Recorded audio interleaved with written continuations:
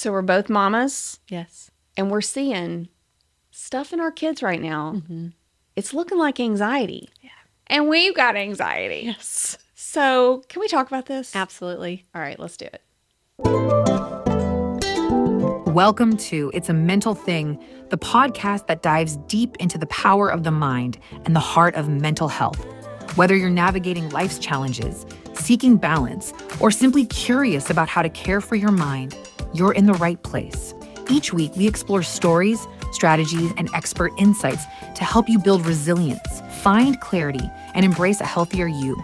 So take a deep breath and let's journey together toward a brighter, more mindful tomorrow. Welcome to It's a Mental Thing, because your mental health matters. So I'm seeing I have twin girls. You have a son. He just turned 7. Yes. And my girls are 10. And I'm seeing specifically, not just in my child, but in one of mine specifically, that there seems to be, there's some anxiety. There's we have thrown around ADHD even, or ADD, and something's happening, right, with our kids. Yeah. And I'm seeing it in more and more parents talking about how their kids are really struggling in certain aspects. Yeah. And I'm like, are you nervous? Is it anxiety? What do you think's going on? Yeah, I have a lot of that here. So my youngest client at the Olive Branch is 5, and my oldest is 70. So I see a wide range of what anxiety looks like. And so to prove it only can happen from this age to this age isn't true. So like I said, my clients here, my youngest is 5 and I'm seeing them for anxiety or ADHD. We're figuring that out right now. Okay. But what I think is happening with my children that I see as patients and then my own child is if they are school-age children, and what we know we're in the state of Alabama, and we have a lot of tests for these schools and for these students. And I believe it starts in kindergarten or first grade. It depends on what test it is. So for example, my son's in the first grade and he is just now learning a testing system that is online. And my son, yes, he's born and raised from an anxious person. I won't lie about that or pretend that that's not true. So I see traits in him that I know I probably had as a kid too.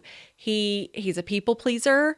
He is a smart kid. I know every mom says that their kids are the smartest kids, but he is a smart kid. Yeah. And so he knows right from wrong, but he also wants to do really well for his teachers. And so what we see on these scores of these tests are like a red, yellow, or green, or like this bar graph. Right. And as parents, we're not following, but these teachers know what they need, like as a benchmark or what their score needs to be. So they're having these conversations with these kids. Let's get to green. Let's get to 100. Let's get to this bar graph. So the kids are hearing that at school and they're prepping for it and they're testing maybe 3 to 4 times a semester or maybe 9 weeks. Yeah. And these ADHD kids or these anxious kids or gifted kids, in their brains, they're these people pleasers. Yes. They're feeling these things of not wanting to let down someone. They don't want to disappoint their teachers. They want to help their teacher meet this goal, which again, no fault to the teacher, no fault to the school. It's something the law is making us do that we have to do. We have to test these students. But for these kids, they may be great readers. They may be great math students. But if you're bringing them outside of their classroom, which is their comfortable setting, Right. and they're going to a different environment to take these tests, there's a true thing called test anxiety. Yeah. And it doesn't happen in college, high school, or beyond or whatever. It can happen in kindergarten, first grade, second grade. And because they see this test in front of them, for my child specifically, the clock, the timer, if he sees a timer going, that's it. Yeah. Because he knows I've got to be finished before that timer goes off. So then there's the anxiety of, oh no, I've got 10 more questions. I'm not going to do well. I don't know if I'm going to finish. So they are thinking all of these things in their little brains, and they know they can do it, but they also feel like maybe I'm not doing it well enough. So their scores show that. And so teachers, administrators, schools need to be, there needs to be an understanding of how to communicate that with the students rather than, well, we didn't meet our benchmark, because then you've got kiddos who feel bad. That, and then also as a parent, I'm seeing these scores and I'm trying to be like, what can I do to help, right? I've got to do something to help. And I feel like a lot of times it's, well, maybe it's a focus issue. And then we head into more of the ADD, ADHD. And like you said, I think it can look similar, right? Very much so. ADHD, ADD, and anxiety are often misdiagnosed. The three combinations that I see with kids here at the Olive Branch are ADHD, giftedness, and anxiety. So that's a combo that a lot of kids have. Okay. And it's not a bad one, but it's this concoction of a kid who wants to do well, who wants to perform well, who wants to get the good grades, but also is anxious about how to do that, and then may be distracted by other things around them because they may be feeling anxious. Yes. Not the fact that they are actually, oh, what was that? It's more of, I'm feeling anxious. I'm feeling like I can't get this project done in time. I need to distract my mind. So that's why it's misdiagnosed. I get a lot of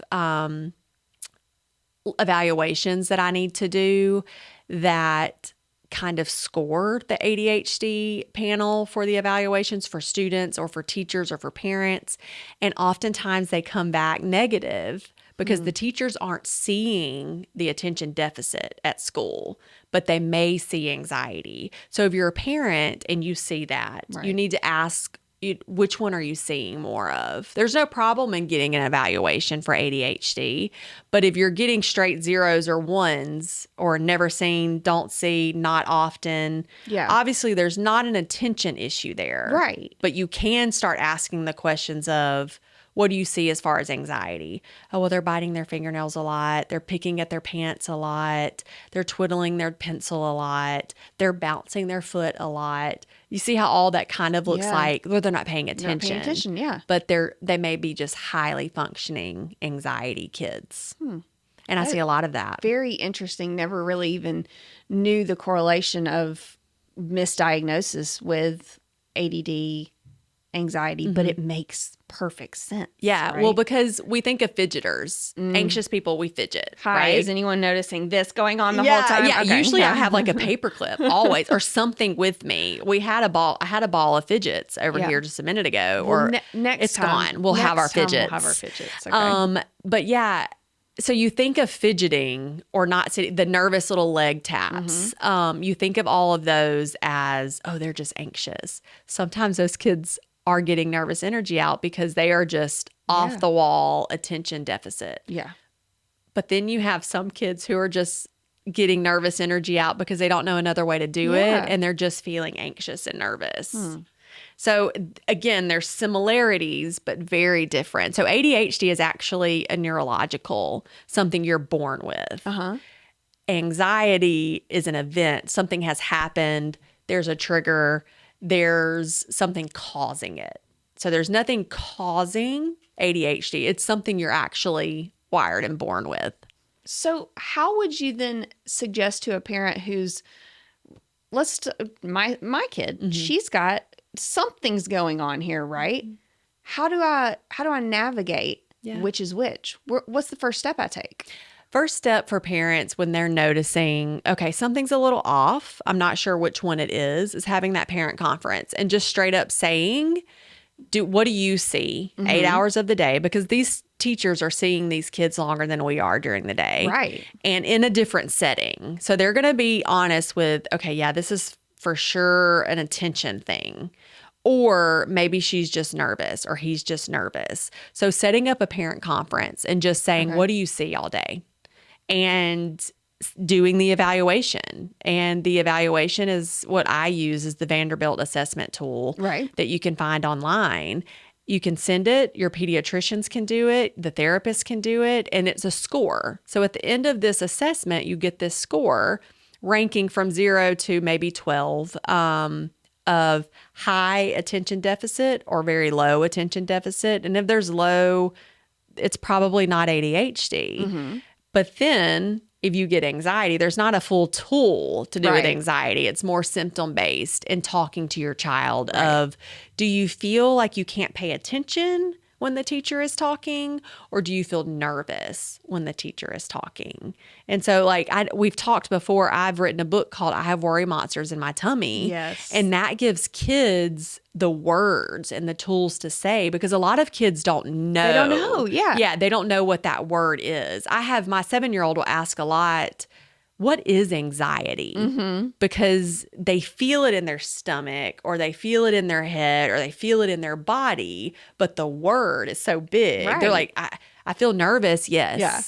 I know nervous may mean I feel a little shaky or I feel a little scared, but what is anxiety? Yeah. And so the book teaches them different ways of what they're feeling, why they're feeling it, and how you can get help. Yeah. And so giving kids the words and how to say, hey, Mom, I feel more nervous than I do feel distracted. Yes. And letting them kind of define, what does distracted mean to you? And having them tell you that, getting their words. Yeah. That's one of the biggest steps that I talk to parents about. Let the kids have their words and let them tell you. That's very helpful. I think that is a good first step, because it does feel, it feels a little overwhelming and trying to navigate it all, especially when you have multiple children and they're all in different, areas and phases of life. So I think that is a great first step, having that conference and then reaching out to a therapist to just say, hey, help us to navigate this, right? Right. And giving the kids, making sure that they have their words and that they know what it means. Yeah. And helping them know it's okay. Either way is okay, but letting them know that their voice matters and that their voice can be heard. And as parents, I know it can be frustrating to not understand. I can imagine and remember being an 8-year-old talking to my mom saying, I don't feel right. Yeah. And not having the word, and her being like, what's wrong? Are you going to throw up? Yeah, What is like, it? Are you sick? What is Yeah. it? And I'd be like, I don't know, Yeah. but having kids now say, my stomach hurts and I feel a little nervous. So there's a difference. Yeah. Than coming home and saying, hey, Mom, the teacher told us, but I can't remember. Yeah. So there's a difference. And just having them talk to someone, the parents, the teachers, the therapist, all be on the same team, but letting the kids have their voice and be heard, because they know what they're dealing with. They know what they're feeling. And we just need to know what their words are for it. Yeah. And help them understand that. When we know better, we can do better. Absolutely. Be sure to follow our podcast on your favorite platform or find us on YouTube. Just a quick note.